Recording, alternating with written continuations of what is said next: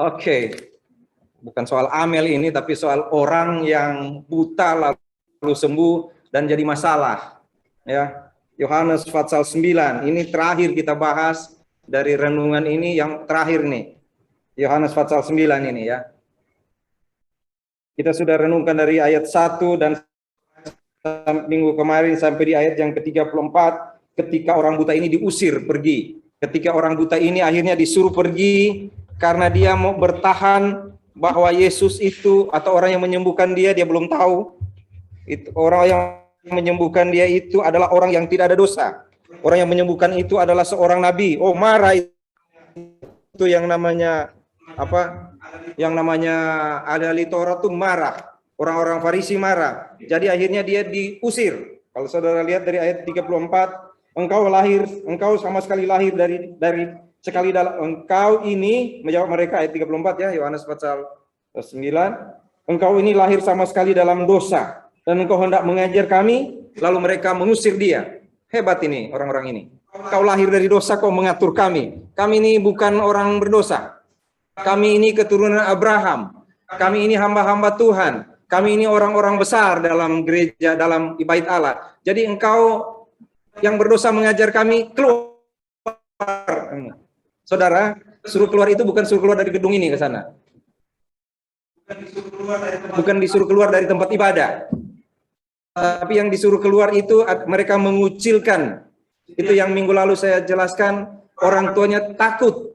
Sehingga takut dikucilkan, sehingga mereka bilang, tanya aja kepada dia kan sudah dewasa. Yang dimaksud dengan diusir ini adalah mereka menutup bait Allah. Mereka menutup tempat ibadah bagi orang ini. Jadi kalau di GA dia dipecat dari GAA, kira-kira begitu.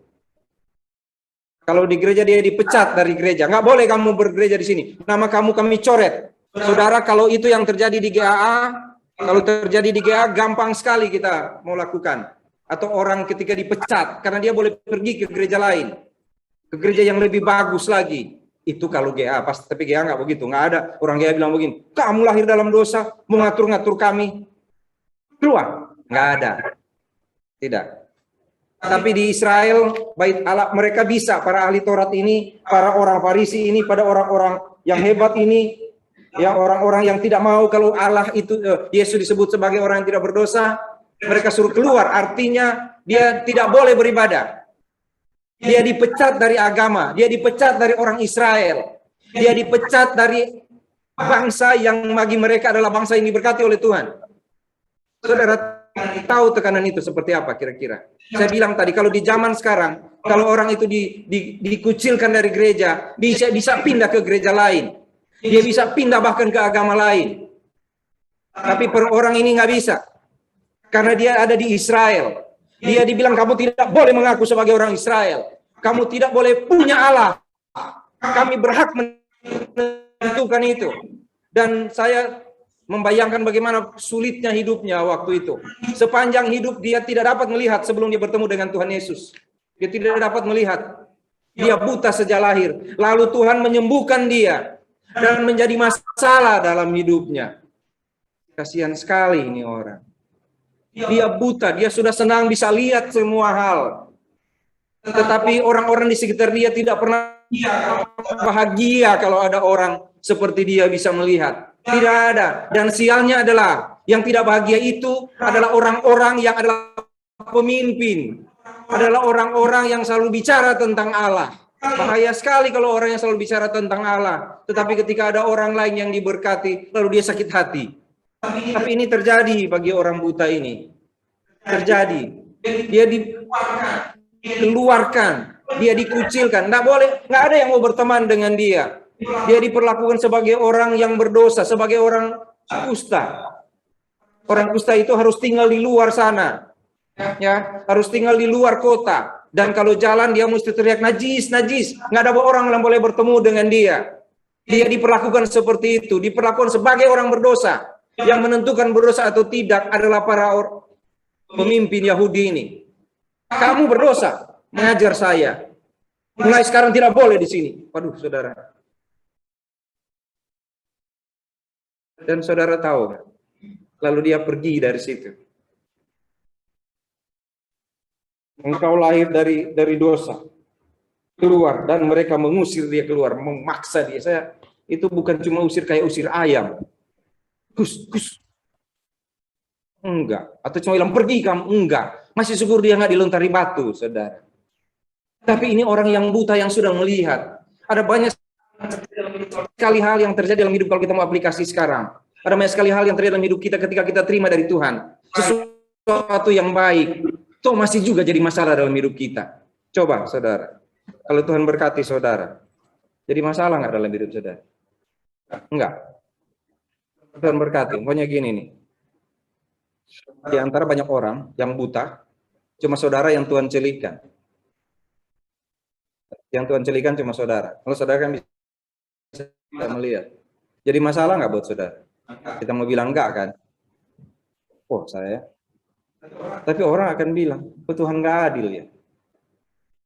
Kenapa cuma dia ya? Sekarang yang paling sederhana. Di antara orang-orang yang nggak punya uang, di sini ini ada berapa? 2, 4, 6, 8, 10, 12, 830 orang di sini.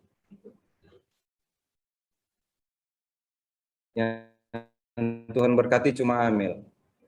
Maksudnya yang lain miskin nggak ada duit, cuma Amel yang punya duit. Menurut saudara, Amel jadi masalah apa enggak? Masalah. Apa masalahnya? Yang nggak ada duit langsung lo Mel. Ingat dulu loh, waktu kamu belum ada duit kan kita bersaudara. Mel, ingat dulu. Kan waktu itu mama nggak ada apa-apanya, kan saya yang tolong. Nggak minta duit, dia cuma ingatin aja sih sebenarnya. Jadi masalah ya. Jadi saudara mau pilih diberkati atau biasa aja?